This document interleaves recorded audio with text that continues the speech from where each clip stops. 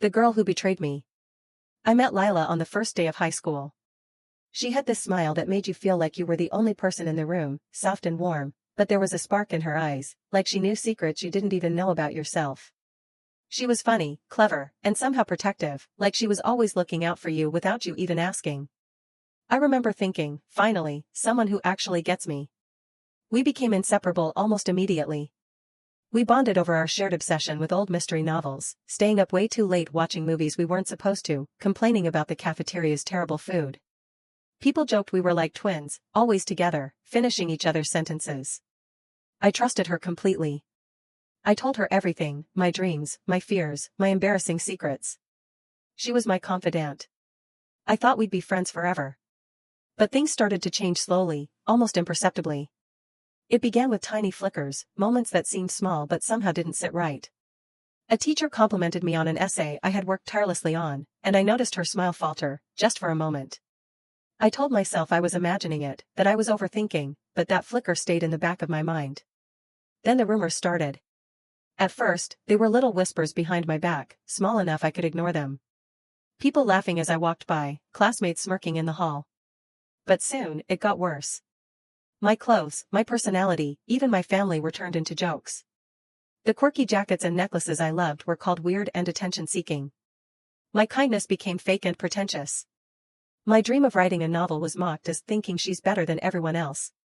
People said my parents were embarrassingly strict and that I came from a broken home. I felt everyone I knew turning against me. The worst part was the things I had confided in Lila, the fears, the secrets, the little confessions I whispered at midnight, being twisted and spread as jokes. My anxiety, which I had barely admitted even to myself, became she cries over nothing. My ambitions became she thinks she's smarter than everyone. And the craziest part was that Lila sat there beside me, pretending to comfort me, whispering, ignore them, they're just jealous, all the while fueling the lies behind my back. She had orchestrated it all. I found out slowly, in the cruelest way.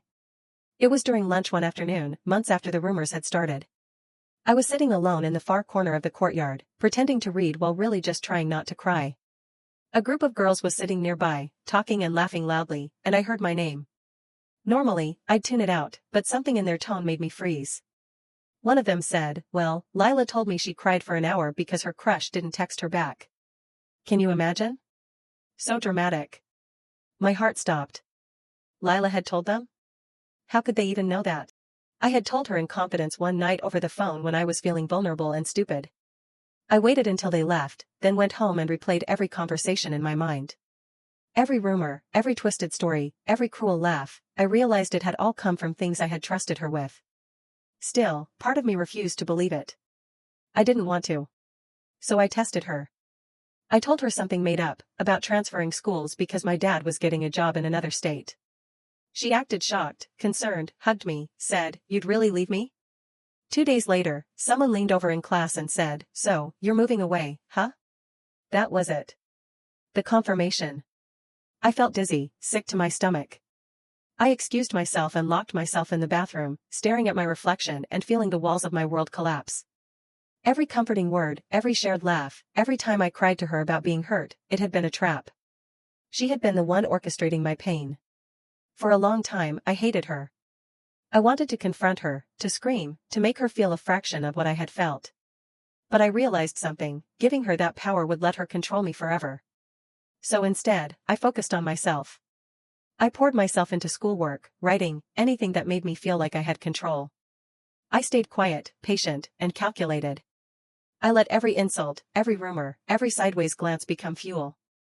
I memorized the pain and stored it carefully, a fire I would use later. High school ended. Lila thrived socially, always surrounded by people who adored her charm and wit. She was the life of every party, the girl everyone wanted to be near. I moved quietly, methodically, building something solid. I studied, interned, wrote, learned. Slowly, people noticed me, not for popularity or charm, but for talent, dedication, and integrity. Years later, at a prestigious gala, we saw each other again. She was radiant, smiling at everyone, confident, but when her eyes met mine, something shifted. Recognition, fear, maybe regret. The keynote speaker called my name for an award, a major grant she had been working toward for years. My heart pounded as I walked forward, each step carrying the weight of every rumor, every betrayal, every lonely moment I had survived. She froze. Her perfect smile cracked. She had expected me to be small, invisible, maybe still hurting. And now she watched me rise above her, powerful, accomplished, untouchable. Later, she approached me, voice quiet, almost pleading. How did you do it? I worked so hard, and you just. I looked her in the eyes and said softly, I didn't let you define me. You tried to break me, and it almost worked. But I chose to grow instead. And now, you see what that means. She stepped back, pale and speechless. The people who had bullied me, the ones she had relied on to hurt me, had abandoned her. Invitations rescinded, opportunities given to others, whispers now about her failures. She had built her life on manipulation, charm, and shortcuts, but I had built mine on patience, work, and self-belief. That night, I went to bed exhausted but free. Free from betrayal, free from fear, free from needing approval from someone who had never truly cared. Sometimes, the person who tries to destroy you ends up being the one who teaches you how unstoppable you really can be. Before the accident, life in our blended family felt complicated but manageable. My mom and Lily's dad had married 3 years ago, and all 4 of us, both adults, lived together. Lily and I didn't grow up together, but over time we'd formed a bond, competitive, tense, but occasionally close. I had my routines, my work, my quiet life. Lily was charming, dramatic, and always knew how to pull attention toward herself. I thought I could coexist. Then came the accident. It was a rainy evening. Lily had been cycling along the river near our neighborhood when a car skidded on the wet road and hit her. I got the frantic call from her dad. "She's been hit! She might lose her sight!" At the hospital, chaos reigned. Nurses rushed, monitors beeped, both parents were at her side. Doctors delivered the diagnosis. Left eye, no light perception. Right eye, severe retinal detachment. Surgery performed. Visual acuity 20/200. Recommend close follow-up and rehabilitation. In short, she could only make out shapes and shadows with her right eye and nothing with her left. Recovery would be slow, but possible with therapy. At first, Lily did everything she was supposed to. She attended rehab, performed eye exercises, and followed doctor's instructions. During checkups, ophthalmologists noted improvement in her right eye. Her peripheral vision expanded slightly, and she could detect movement and large shapes more reliably. But slowly, she began exaggerating her limitations. She still followed therapy enough to maintain medical plausibility, but she staged spills, pretended to bump into furniture, and claimed she couldn't read even short texts. Doctors were confused. Medically, she was improving. Behaviorally, she acted worse than before. The manipulation started to interfere with my life. When I organized an art display to celebrate a work accomplishment, Lily tripped near the table, knocking over my paintings. She screamed about bright light hurting her eyes, and both parents rushed to her aid. My achievement went unnoticed. When I planned a small celebration with a friend, Lily suddenly clutched her eyes, claiming dizziness, drawing attention away from me. Birthdays, work milestones, even small victories, I learned to expect her interference. Every fainting spell or light sensitivity episode was timed perfectly to steal attention. The truth revealed itself slowly. I noticed tiny inconsistencies. She never bumped into familiar furniture in dim light. Her hands moved confidently while cooking. She navigated stairs perfectly when she thought no one was watching. One night I saw her reading messages on her phone, eyes moving naturally, scanning every word. She could see, just not well. Lily had been performing a greater disability than medically required, manipulating every moment to monopolize attention. I froze, realizing how much she had stolen, my moments, my achievements, my happiness. The final confrontation came at a family gathering. I had prepared to announce a major promotion at work, a moment of pride I had anticipated for months. Lily, ever dramatic, appeared with sunglasses, pretending the chandelier lights were unbearable. She tripped theatrically, drawing everyone's attention. My announcement was drowned out. Afterward, I calmly presented my evidence. Videos of her walking confidently in dim light, photos of tasks she claimed she couldn't perform, GPS check-ins proving she navigated public spaces alone, and her clinic discharge papers confirming partial vision recovery. Her face went pale. Shock, disbelief, and finally anger. Both parents, my mom and Lily's dad, stood frozen, stunned. Why, Iri, my mom whispered. For years, I said. She stole my moments, my happiness, my life. And now it ends. The fallout was severe. Trust evaporated. Lily lost credibility with family and friends. Conversations became guarded, interactions cautious. Lily had to confront the consequences of a life built on lies, manipulation, and stolen moments. For the first time, I reclaimed my life, my happiness, achievements, and identity. It was finally mine. And Lily, she had no one to blame but herself. I had been working at Prestige Tech for years, always the meticulous one. The person who triple-checked every report, stayed late to make sure nothing went wrong, and quietly carried the weight of the company's most important projects. And yet somehow, David, a coworker barely competent at his job, kept getting the praise, the bonuses, the promotions. He had Tony, our manager, wrapped around his finger. Tony had always smiled a little too knowingly when David presented work, as if sharing a private joke I wasn't allowed to be part of. When the company announced that CEOs from 10 major firms would arrive for a multi-million-dollar deal, Tony came to me with a special assignment. He needed me to prepare the plan, he said, as if I were honored. But I'd learned to read Tony. There was a subtle way he phrased things, a too bright smile, a tone just off enough to signal manipulation. And David's behavior over the past week had been unusual. Too interested in my work, too casual in asking questions, too insistent about seeing files just to understand the project. Patterns were forming. I knew they were planning to steal my work, present it as theirs, and leave me out of the room. I decided to turn their arrogance against them.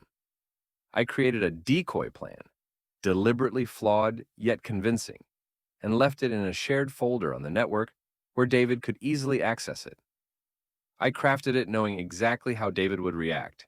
He would assume it was the final version, rehearse it, and carry it confidently to the meeting. Meanwhile, I worked secretly on the real presentation, a polished, foolproof strategy that could save the deal and leave them exposed. The day of the meeting arrived.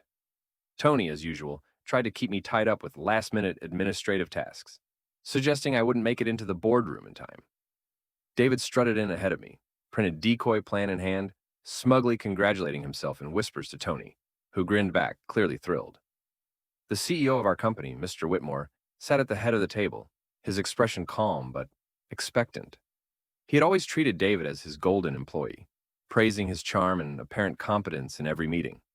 Around him were the 10 visiting CEOs, all leaning in, eager for the brilliance they had been promised. David started presenting.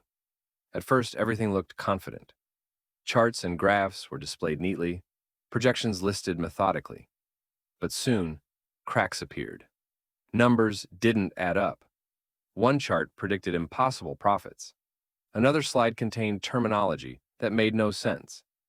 The visiting CEOs exchanged subtle glances, eyebrows raising, lips pressed together. Papers shuffled. Some whispered to one another. The room's energy shifted from expectation to confusion.